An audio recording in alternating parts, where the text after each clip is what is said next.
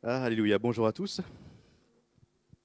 Euh, oui, c'est vrai que c'était une semaine particulière et c'est vrai que je vais faire juste un témoignage parce qu'il y a un psaume que j'aime beaucoup. Il y avait un passage d'un psaume qui dit, le psaume 16, qui dit je dis à l'Éternel, tu es mon Seigneur, tu es mon souverain bien. Les saints qui sont dans le pays, les hommes pieux sont l'objet de toute mon affection. Et quand je pensais, on pensait à notre sœur Mireille, les hommes saints sont l'objet de toute mon affection. Et c'est vrai que quand je pensais à notre sœur Mireille, c'était une sœur qui m'encourageait énormément, mais à chaque fois qu'elle venait me voir, elle me dit, Limon, c'est pas pour que tu sois orgueilleux, mais j'aime quand on parle du Seigneur Jésus-Christ. J'aime quand dans la parole, on va creuser, on va parler du Seigneur Jésus-Christ. Et à chaque fois qu'elle me voit, elle m'encourageait dans ce sens, dire, Limon, cherche le Seigneur Jésus-Christ. C'est lui ton tout, c'est lui qui est merveilleux. Elle me disait aussi, c'est tellement merveilleux d'entendre parler du Seigneur Jésus-Christ. Et c'est vrai que ce passage qui dit, les saints qui sont dans le pays, les hommes pieux sont l'objet de toute mon affection. Et elle faisait l'objet de toute mon affection. Parce que l'Éternel dit, soyez saints car je suis saint. Et je sais que notre sœur Mireille était sainte. Et comme nous, ici pareil, nous sommes saints parce que Dieu est saint. Donc elle faisait l'objet de toute notre affection. Comme, bien sûr, vous faites l'objet de toute mon affection parce que vous êtes les hommes saints du pays et que Dieu vit en vous. Donc il vous a sanctifié, il vous a mis à part. Et je voulais, voilà, c'était ma petite pierre on va dire pas l'édifice, mais bon, voilà, pour notre sœur Mireille. Donc maintenant, on va lire le psaume 107, s'il vous plaît, si vous voulez. On va lire le psaume 107. Ah, c'est une journée particulière, hein.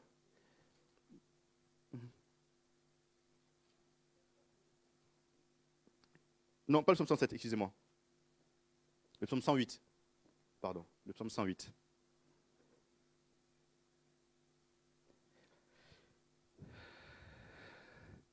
Le psaume 108.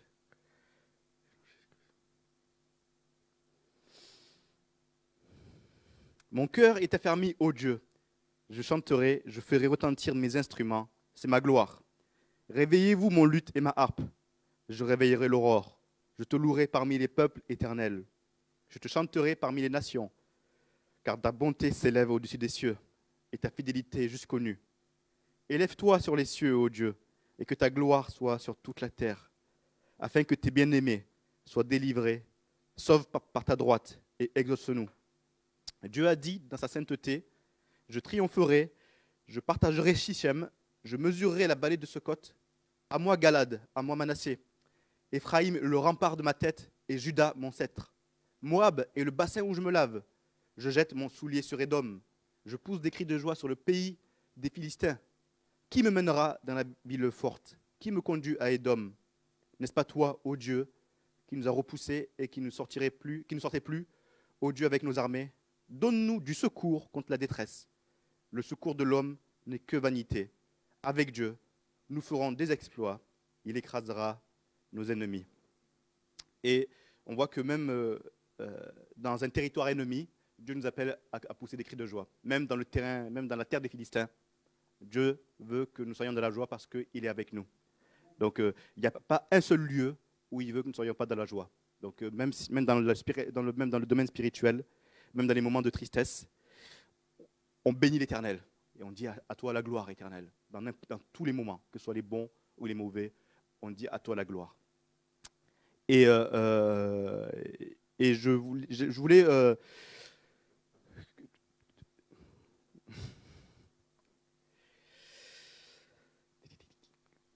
ce qui est important, vous savez, quand on vit, on est face à plusieurs vérités, plusieurs doctrines, c'est-à-dire que plusieurs mises en pratique de la vérité. Donc, ce que je voulais, la semaine dernière, notre sœur Pauline nous a fait un témoignage sur le fait d'être dans la joie tout en dans la joie. Et ça, elle a parlé de la doctrine de Dieu. D'accord? C'est la doctrine de Dieu qui nous amène à dire que la doctrine de Dieu qui vient en nous, qui dit, la sainte doctrine qui vient en nous, qui dit que nous devons être toujours joyeux. Mais ce qui est important, c'est qu'il faut savoir que la parole nous montre qu'il y a plusieurs doctrines. Elle nous montre qu'il y a 3 doctrines. Il y a la doctrine de Dieu, la 5e doctrine, il y a la doctrine des hommes, et la doctrine du séducteur, du démon et de Satan. Donc il y a 3 doctrines. Et dans Matthieu chapitre 16, Jésus en parle. Donc nous, en tant que peuple de Dieu, nous devons faire très attention à ce que nous écoutons et à ce que nous suivons et à ce que nous pratiquons. 3 doctrines. On va aller à Matthieu 16, parce que je vois déjà les têtes. On va aller dans Matthieu 16. Donc, pour vous dire la vérité, ce n'était pas du tout le sujet que je voulais... C'était pas du tout le sujet, mais voilà, comme l'a dit le pasteur, on se laisse guider. Matthieu 16. Voilà, Matthieu 16, à partir du verset 13. Jésus étant arrivé dans le territoire de Césarée et de Philippe, demanda à ses disciples, « Qui suis-je au dire des hommes, moi le Fils de l'homme ?» Ils répondirent, « Les uns disent que tu es Jean-Baptiste, les autres Élie, les autres Jérémie, ou l'un des prophètes. Et vous, leur dit-il, qui dites-vous que je suis ?» Simon Pierre répondit, « Tu es le Christ, le Fils du Dieu vivant. » Jésus, reprenant la parole, lui dit, « Tu es heureux, Simon, fils de Jonas, car ce ne sont pas la chair et le sang qui t'ont révélé cela, mais c'est mon Père qui est dans les cieux. Et moi, je te dis que tu es Pierre, et que sur ce roc, je bâtirai mon église, et que les portes du séjour des morts ne prévaudront point contre elle. Je te donnerai les clés du royaume des cieux. Ce que tu lieras sur la terre sera lié dans les cieux, et ce que tu délieras sur la terre sera délié dans les cieux. » Alors il recommanda aux disciples de ne dire à personne qu'il était le Christ. Dès lors, Jésus commença à faire connaître à ses disciples qu'il fallait qu'il aille à Jérusalem, qu'il souffre beaucoup de la part des anciens, des principaux sacrificateurs et des scribes, qu'il soit mis à mort et qu'il ressuscite le 3e jour. Pierre, l'ayant pris à part, se mit à le reprendre et dit, « À Dieu ne plaise, Seigneur, cela ne t'arrivera pas. » Mais Jésus, se retournant, dit à Pierre, « Arrière de moi, Satan, tu mets en scandale, car tes pensées ne sont pas les pensées de Dieu, mais celles des hommes. » Pourquoi je vous dis 3 doctrines? Parce que ce qui nous fait dire que Jésus est le Fils de Dieu, c'est l'Esprit de Dieu. Il n'en est pas autrement. C'est pas le chair. Quand Pierre a dit au Seigneur Jésus, tu es le Fils de Dieu, du Dieu vivant, c'est pas la chair et le sang qui a fait dire à Pierre que Jésus est le Fils de Dieu, c'est l'Esprit qui est en lui, parce que la chair ne veut pas dire que Jésus est le Fils du Dieu vivant. Donc, nous avons ici la doctrine de Dieu. La doctrine de Dieu, c'est que Jésus, son Fils, est son Fils, et qu'il est ressuscité, et qu'il vit, et qu'il règne à la droite du Père. Ça, c'est la doctrine de Dieu, guidée par le Saint-Esprit qui est en nous. Et au début, il dit, oui, tu es Jérémie, Élie, ça, c'est la doctrine des hommes. La doctrine des hommes, un exemple. Un exemple. Comment, des fois, on identifie les églises? Oui, presbytérien, un tel, évangéliste, ça, nous avons mis en place un système, nous avons mis en place une doctrine des hommes, qui fait qu'il y a plusieurs dénominations sur Terre. Mais la doctrine de Dieu nous dit qu'il n'a pas donné des dénominations, Dieu. On est tous, autant que nous sommes, enfants de Dieu. Il n'a pas dit, attention, je vais mettre en place plusieurs dénominations, il y aura telle assemblée pensera comme ça, telle assemblée pensera comme ça, telle assemblée pensera comme ça. Non, ça c'est la doctrine des hommes. C'est pas forcément, je ne fais pas une critique, mais je fais un constat. La doctrine des hommes nous a amené à créer des dénominations. Et nous voyons que dans ce passage, il y a une très très belle déclaration, l'une des plus grandes déclarations, l'une des plus belles déclarations, Jésus qui dit à Pierre, « Sur toi, je bâtirai mon église ». Quelle grande bénédiction. Imaginez Pierre à ce moment-là qui entend le Seigneur Jésus lui-même lui dire, « Sur toi, je bâtirai mon église et les portes de la mort ne prévaudront pas sur toi ». C'est-à-dire que Jésus lui-même veille à ce que les portes de la mort ne prévaudront pas sur l'église. Donc Pierre, il entend ça, il dit, oh, c'est merveilleux. Et même moi, quand je dis ça, je dis, oh, mais Pierre, mais qu'est-ce que tu... Et juste après, Pierre dit, avec tout son zèle, tout son amour, dit, non, mais n'en déplaise, Seigneur, tu n'iras pas sur la croix. Voici la doctrine du démon. Non, Seigneur Jésus, tu n'as pas besoin d'aller sur la croix. Limon, est-ce que tu penses que le Seigneur Jésus a besoin d'aller sur la croix? Le Seigneur Jésus, il est puissant. Il n'a pas besoin d'aller sur la croix. Ça, c'est un mensonge. Ça, c'est la doctrine du démon. La doctrine du démon nous amène d'une manière subtile à 80% de vérité pour nous amener totalement à la mort. Non, mais liniment, Jésus est tellement puissant. Pourquoi tu dois aller mourir à la croix? Tu peux, comme le pasteur avait fait une fois dans le désert, le Satan qui a tenté de Jésus, qu'est-ce qui... Non, mais Jésus, tu as la puissance. Tu peux tout faire. Tu peux tout faire. Tu n'as pas besoin de mourir à la croix. Ça, c'est la doctrine du démon, de Satan.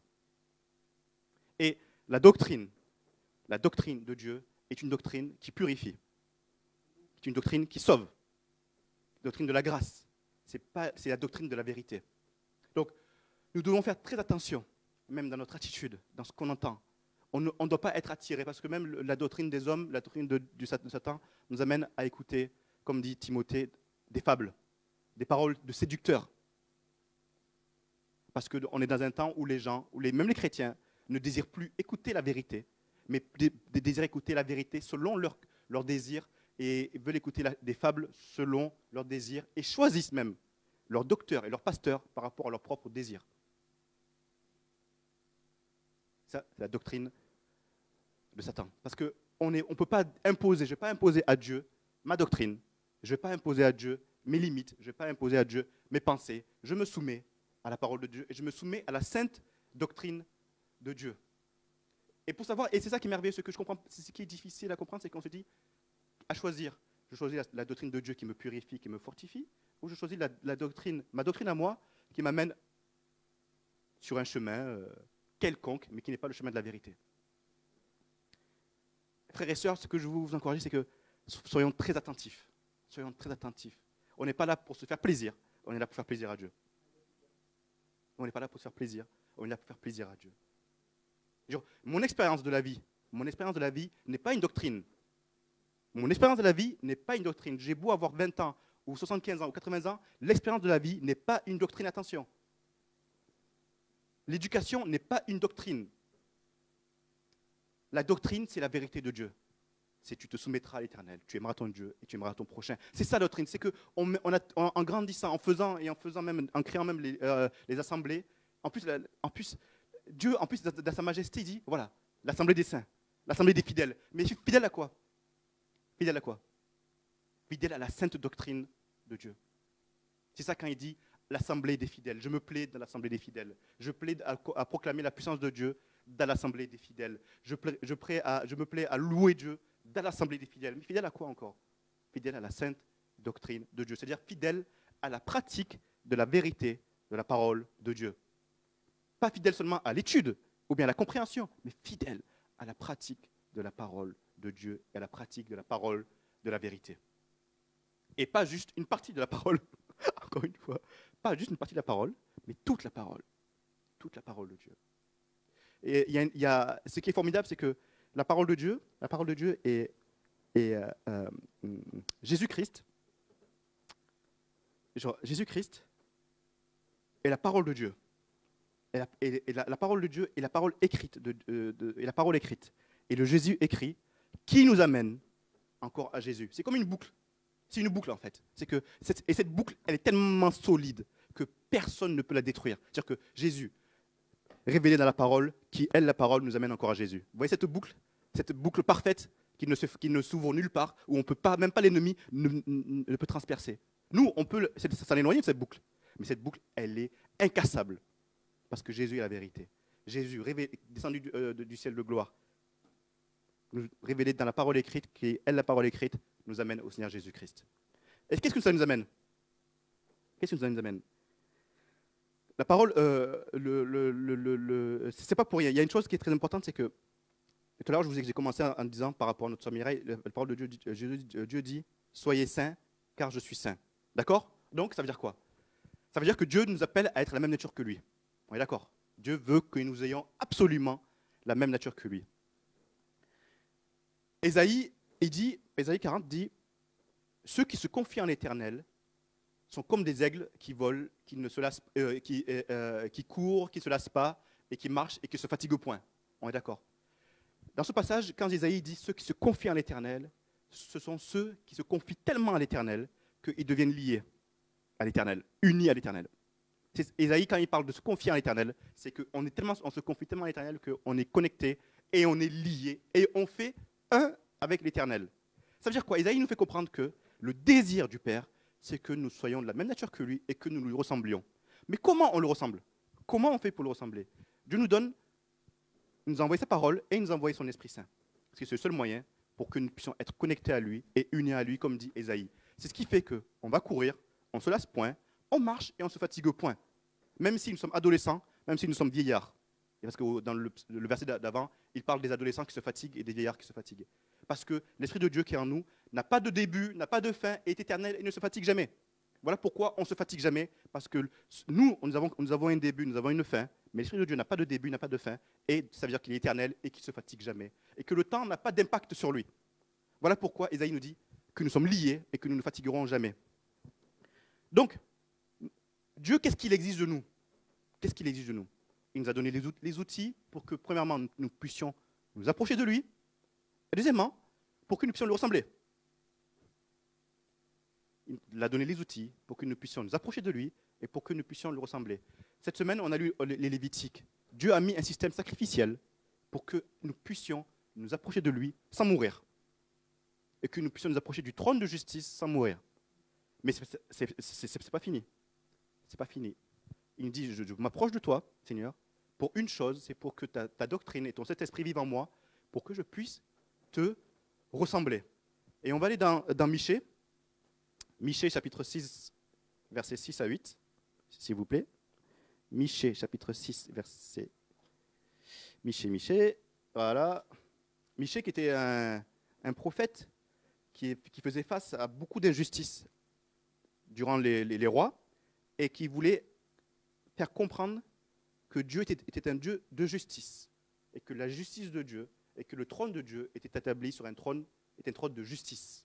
Donc Michée voulait faire comprendre aux rois que leur injustice n'était pas agréable devant Dieu et que Dieu était un Dieu de justice. Donc Michée était beaucoup dans cette attitude. Chapitre 6, versets 6 à 8.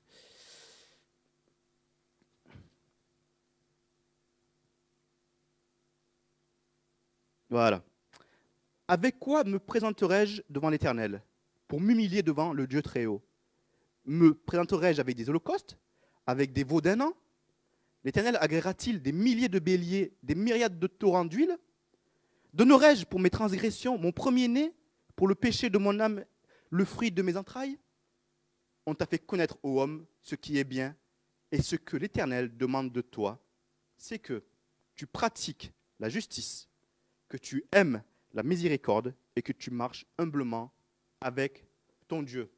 Nous avons là des paroles très, très, très, très belles et qui nous amènent à une chose, qui nous amènent à la nature et à l'application à aimer la nature de Christ. Il dit, tu pratiqueras la justice. Dans son royaume, Dieu a établi des lois, des règles, des ordonnances. C'est-à-dire que c'est un royaume avec des règles. C'est-à-dire qu'il y a un roi. Ce roi a établi une justice et son trône est sur cette justice.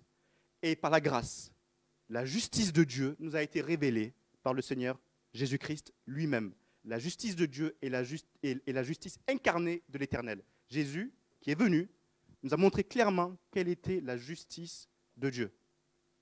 Donc il dit, tu aimeras, tu pratiqueras la justice, tu aimeras la miséricorde.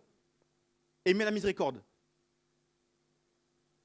c'est aimer notre Seigneur Jésus-Christ. On ne peut pas être miséricordieux si nous n'avons pas la miséricorde de Dieu en nous.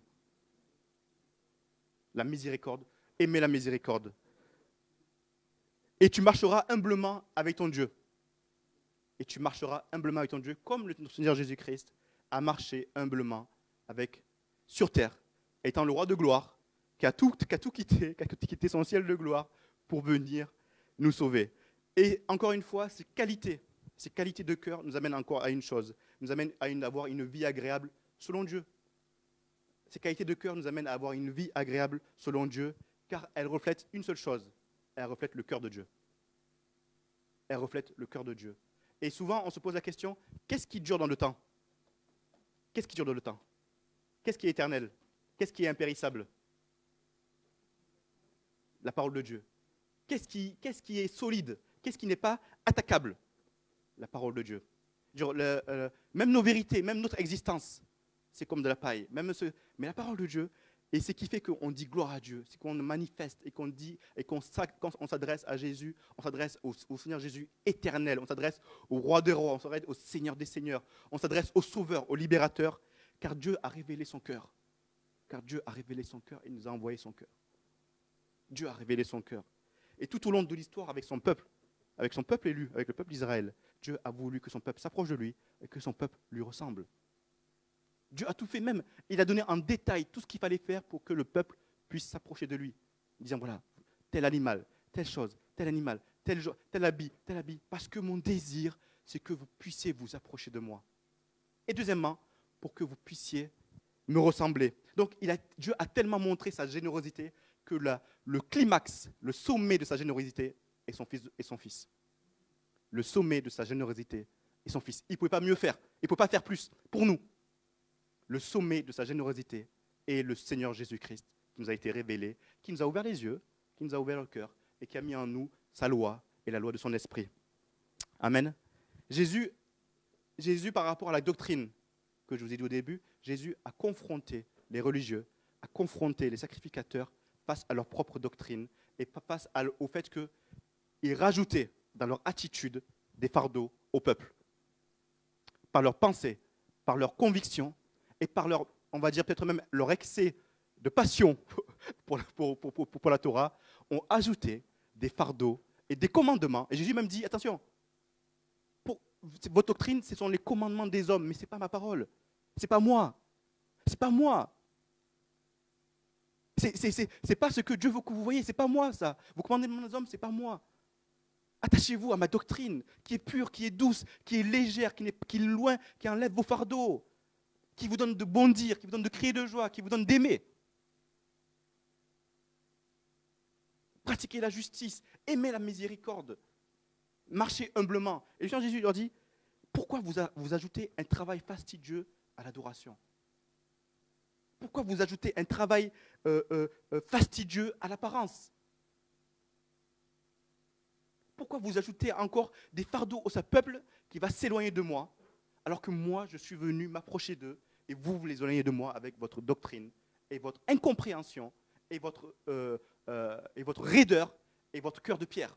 Attention, là, quand Jésus parle, il parle à tous. Hein, attention, encore une fois, ce n'est pas spécifique, c'est pour tout le monde. À notre cœur de pierre, à notre raideur, à notre envie de faire ce qu'on veut, comme on veut.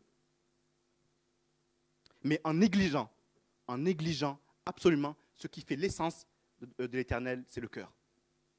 En négligeant ce qui fait l'essence de l'Éternel, c'est le cœur. Je mettrai en vous, je transformerai votre cœur de pierre en cœur de chair, et je mettrai en vous ma loi et la loi de l'esprit. Parce qu'il est impossible. Je vous dis une chose, la dernière fois, il y avait une sœur qui me parlait de Lévitique. Elle me dit, quand j'ai lu Lévitique, d'un coup, ça m'a rappelé mon passé. Parce que moi, j'ai mangé de la graisse. J'ai mangé, oula, ça veut dire que ça y est, c'est fini. Dieu m'accuse parce que j'ai mangé de la graisse, j'ai mangé de la viande, j'ai même mangé des pigeons. J'ai mangé des pigeons. Et quand je l'écoutais, j'ai dit, ma sœur, tu sais que déjà, premièrement, Lévitique, quand nous on lit Lévitique, Dieu nous a donné son esprit pour qu'on puisse lire Lévitique de manière spirituelle. Et Dieu ne nous a pas donné Lévitique pour qu'on soit encore plus sous le fardeau et pour qu'on se sente encore plus coupable. Parce que Dieu n'est pas venu te culpabiliser, il n'est pas venu nous culpabiliser. Dieu nous a montré déjà qu'il voulait absolument, par les Lévitiques, qu'on s'approche de lui. Premièrement. Et deuxièmement, qui t'a dit que tu ne devais pas manger Qui t'a dit que tu étais coupable? Qui t'a rajouté ce fardeau? Qui t'a rajouté cette peine que tu as eue là aujourd'hui, ou dans ta prière? Qui t'a rajouté ça? Alors j'ai dit à ma soeur, je fais que l'Esprit de Dieu te montre et t'éclaire sur la doctrine de l'Éternel. Que chacun de vous, que l'Éternel vous guide par sa doctrine. Parce que, quitte à vivre, je vous assure, quitte à vivre 80 ans de ma vie, moi il m'en reste, oui, comme j'ai 19 ans, il m'en reste pas mal. Donc, quitte à vivre le reste de ma vie, je préfère la vivre. Je préfère la vivre dans la sainte doctrine de l'Éternel qui libère. Qui libère. La dernière fois, je parlais au pasteur tout à l'heure, j'étais dans un moment où je m'étais créé tout un monde dans ma tête. Je m'étais créé tout un monde.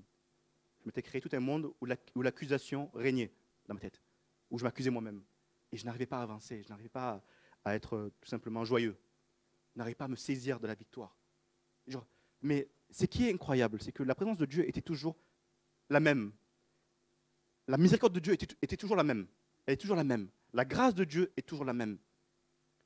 Elle est toujours la même. C'est juste que moi, je me suis éloigné de cette grâce, je me suis éloigné de cette victoire, et je me suis éloigné de cette paix. Alors, j'étais là à me marteler, à me marteler, à me marteler, à me marteler. Et un matin en priant,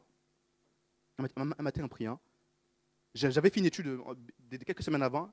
Un matin en priant, je vois, et j'avais laissé mon étude sur la table de la salle à manger, je ne sais pas pourquoi, et j'avais des pleines de feuilles, et je prie, et mon œil tombe sur le passage de mon étude, il y a plusieurs semaines, et qui était dans 2 Pierre, qui dit « Croissez dans la grâce et dans la connaissance de notre Seigneur et Sauveur, le Seigneur Jésus-Christ. A eu la gloire au siècle des siècles. Amen. » Et dès que j'ai lu ça, j'ai fait ça, Seigneur, c'est ta vérité et c'est ta doctrine. Ça, c'est ta doctrine éternelle. Parce que pourquoi c'est ta doctrine? Pourquoi j'ai reconnu que c'est ta doctrine? Parce que ça m'a libéré. Ça m'a libéré. Ça m'a redonné la joie. J'avais même le sourire. Oh, j'avais même le sourire. Et c'est là que j'ai fait ça. Seigneur, ta parole est la joie. Et la parole dit même dans le pays des Philistins, je suis joyeux. Même dans le pays des Philistins, je suis joyeux. C'est-à-dire que même dans le pays des Philistins, dans ma tête, parce que dans ma tête, je m'étais créé le pays des Philistins, dans ma tête. Je suis joyeux. Ça, c'est la doctrine de l'Éternel. Ça, c'est la doctrine de l'Éternel. Donc, il a sévèrement critiqué les sacrificateurs et les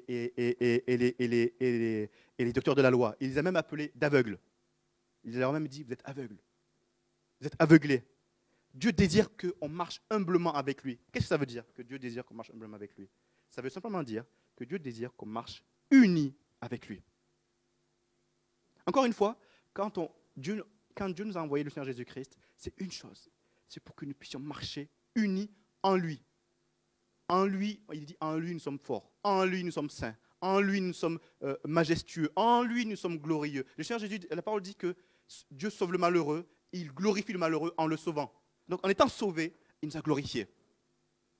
Dieu, unis en lui, nous sommes glorieux. Unis en lui, nous sommes forts. Unis en lui, nous sommes saints. Unis en lui, nous sommes joyeux. Unis en lui, nous sommes efficaces. Unis en lui, nous sommes dans la vérité. Donc, il est là l'importance de marcher, de pratiquer la justice, d'aimer la miséricorde et de marcher humblement. C'est-à-dire, encore une fois, lié. Dieu ne nous demande pas de marcher, qu'on marche, lui, moi là et lui là, et on marche comme ça chacun, comme des fois quand les couples se disputent. Quand les couples se disputent, et que chacun veut rester dans ces campements-là. Alors il y en a un qui marche à gauche, l'autre marche à droite, tout en espérant que l'autre va rejoindre l'autre. Ça, c'est les couples, ça. Hein?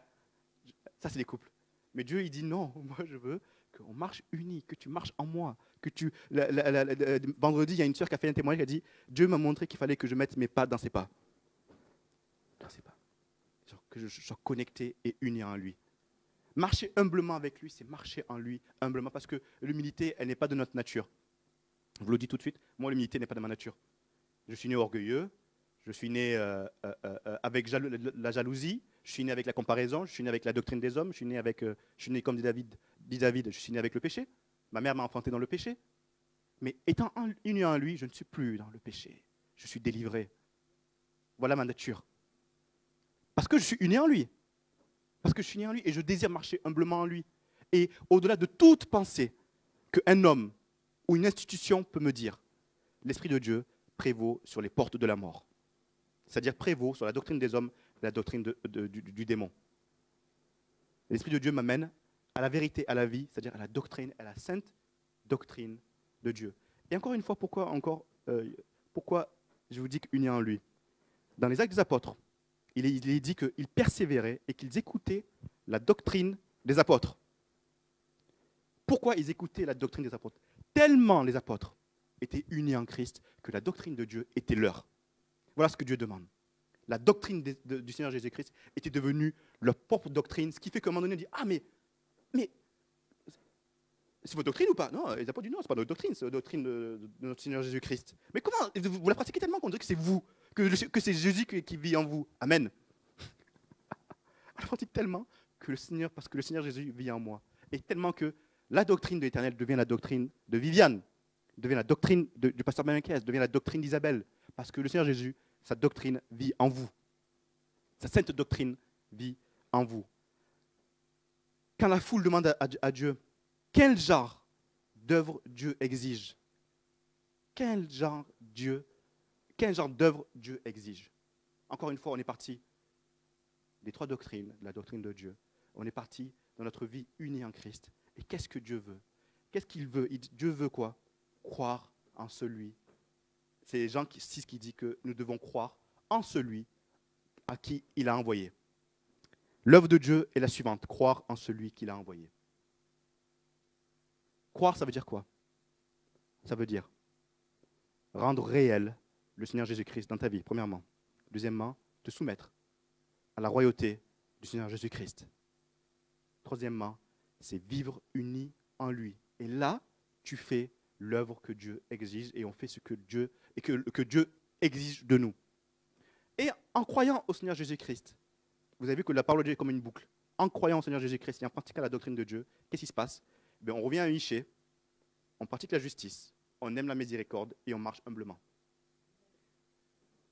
C'est pour ça que je dis que la parole de Dieu est une boucle qui est incassable, parfaite, et que des fois les hommes ils parlent de ce cercle parfait, là, ce rond parfait. La parole de Dieu est parfaite et elle nous amène toujours à aimer la nature du Seigneur Jésus-Christ. Et la parole de Dieu nous dirigera toujours.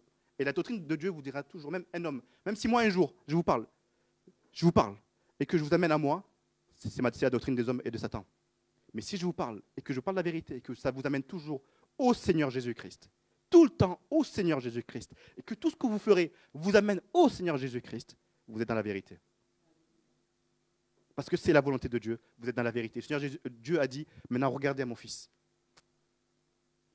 Regardez à mon fils parce que je lui ai tout donné. Et si même un homme, et que vous voyez qu'on vous parle, qu'on ne vous amène pas au Seigneur Jésus-Christ, faites attention. Faites attention. Jésus est tout pour vous et il est tout pour moi. Amen. Je vous espère que vous avez bien compris parce que le Seigneur Jésus veut qu'on le suive de tout son cœur. Ce n'est pas une apparence. C'est pas une apparence. On n'est pas là pour faire de l'apparence. On n'est pas là pour faire plaisir à la secrétaire de l'église, ou bien au pasteur, ou bien à moi. On n'est pas là pour faire plaisir. On est là pour faire plaisir à Dieu. Faites attention à ça parce qu'on a tellement grandi dans cette doctrine, dans cette manière de penser et de vivre que ça devient dangereux. Le pasteur, une fois, il n'y a pas longtemps, il a dit « Le monde est venu dans l'église », il a dit le pasteur. Le monde est venu dans l'église. Qu'est-ce que ça veut dire? C'est sûr que la pensée des hommes est venue dans l'église. Et nous, on n'a pas su. On n'a pas su dans notre désir d'écouter les fables, dans notre amour d'écouter les fables, on n'a pas su être des remparts spirituels à cette pensée du monde qui est rentrée. Et nous avons été absorbés, nous avons été mélangés à cette pensée du monde. Ce qui fait que maintenant, quelqu'un qui veut vivre la pensée de Dieu paraît même pour un fou, même aux yeux des chrétiens. Paraît même pour un éliminé. Même aux yeux des chrétiens, paraît pour un éliminé, ou pour quelqu'un qui dit n'importe quoi. Ou bien quelqu'un encore pire, qui rajoute des fardeaux. Encore pire, qui veut nous empêcher de vivre. Ou encore pire, qui veut nous accuser. Parce qu'on n'a pas pratiqué dès le début, on n'a pas su discerner la justice de Dieu. Le trône de Dieu est un trône de justice et d'équité. Le trône de Dieu est un trône de justice. Ça veut dire quoi? Que si c'est un trône de justice, ça veut dire qu'il est roi. C'est-à-dire qu'il est roi de ta vie et il est roi de l'Assemblée ici. Il est roi de l'Assemblée. Mais qu'est-ce qui s'est passé? On a laissé rentrer. On a laissé rentrer. Parce que l'expérience de nos vies est devenue une doctrine. L'expérience de ma vie est devenue une doctrine. Oui, tu sais, moi j'ai vécu ça, mais de toute manière, moi on m'a dit ça, j'ai vécu comme ça. Ah, et qu'est-ce qui s'est passé avec le temps? C'est devenu une doctrine, c'est devenu un courant de pensée, c'est devenu une manière de vivre. Mes frères et mes sœurs, soyons attentifs. Soyons attentifs. Nos cœurs doivent être prompts et compatissants et prompts à la justice. Mais quelle justice? À la justice de Dieu. J'aime proclamer la bonté de Dieu. J'aime proclamer les merveilles de Dieu. J'aime proclamer les bienfaits de l'Éternel. J'aime proclamer tout ça fait du bien à mon âme.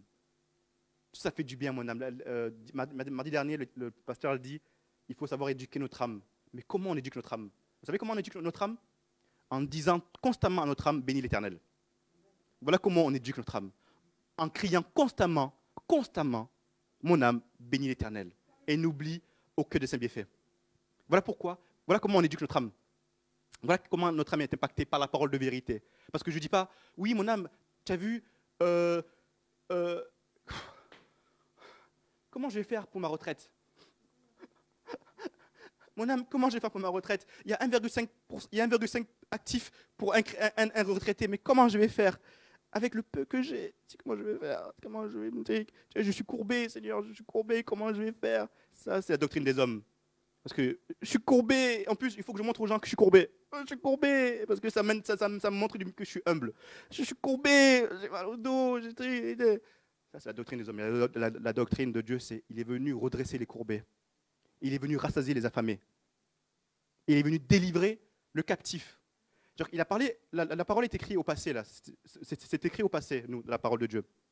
Mais comme Dieu dit, je suis le je suis, il a parlé au présent. C'est-à-dire que maintenant, il t'a délivré. Maintenant, il te délivre. C'est-à-dire que maintenant, il te sauve. Maintenant, il te glorifie. Parce qu'il dit, je suis le je suis. C'est-à-dire qu'il n'a pas parlé au passé. C'est la doctrine du moment. C'est la doctrine du moment qui a commencé depuis l'éternité, qui continue maintenant et qui continuera jusqu'au futur, jusqu'à l'éternité. C'est ça la doctrine de Dieu. Donc, il dit, je suis le je suis dans ta vie. Je suis le je suis dans ma vie. Il est le je suis dans ma vie. Le je suis du présent. Maintenant, voilà. Il vient de passer une seconde, il est là. Ah, encore une seconde, il est là. Ah, encore une seconde, il est là. Il est le Dieu du présent. Il ne s'est pas arrêté pour dire maintenant je m'arrête, ça suffit, j'en ai marre. Non, il est le Dieu présent dans ta vie. Ce qui fait qu'il te montre que tu es toujours en mouvement, toujours en mouvement, toujours en mouvement, toujours en mouvement. Tu es toujours en mouvement, guidé par le vent de l'esprit. Et c'est merveilleux, nous avons un pasteur qui est vraiment conduit par le Saint-Esprit et qui nous montre vraiment, je ne fais pas des éloges pour vos trucs, même pour ceux qui nous regardent, mais un message de la vérité, quelqu'un qui dispense la vérité et quelqu'un qui nous amène au Seigneur Jésus-Christ et qui nous amène que quand on sort de cette salle, on marche en victorieux. En victorieux. Et qui nous montre que Dieu est présent et qu'il vit dans le présent et qu'il s'occupera de ton futur. Alors, ma retraite, comment je vais faire? Je reprends là où j'étais. Ma retraite. Voilà. Et je me suis redressé. J'ai respiré, j'ai inspiré l'Esprit de Dieu. J'ai inspiré l'Esprit de Dieu. Et qui a fortifié mon âme. Et j'ai expiré ma chair. J'ai inspiré.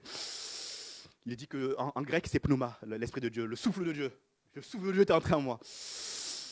Je suis revenu à l'œuvre originelle quand Dieu a soufflé l'Esprit de vie dans ma vie. Je vis rempli de l'Esprit de Dieu. Rempli de l'Esprit de Dieu. Qui fait que même mes chants d'adoration sont guidés par l'Esprit de Dieu. Même mes paroles sont guidées par l'Esprit de Dieu. Mes gestes sont guidés par l'Esprit de Dieu. Ce qui fait que je ne soupçonnerai jamais. Et je marcherai libre. Le pasteur a fait une prière. Je suis libre. Je suis libre. Marcher libre et marcher dans la pratique de la justice et de la pratique de la sainte doctrine de l'Éternel qui purifie, qui libère et qui apporte la joie et la paix. Amen. Que le Seigneur vous bénisse.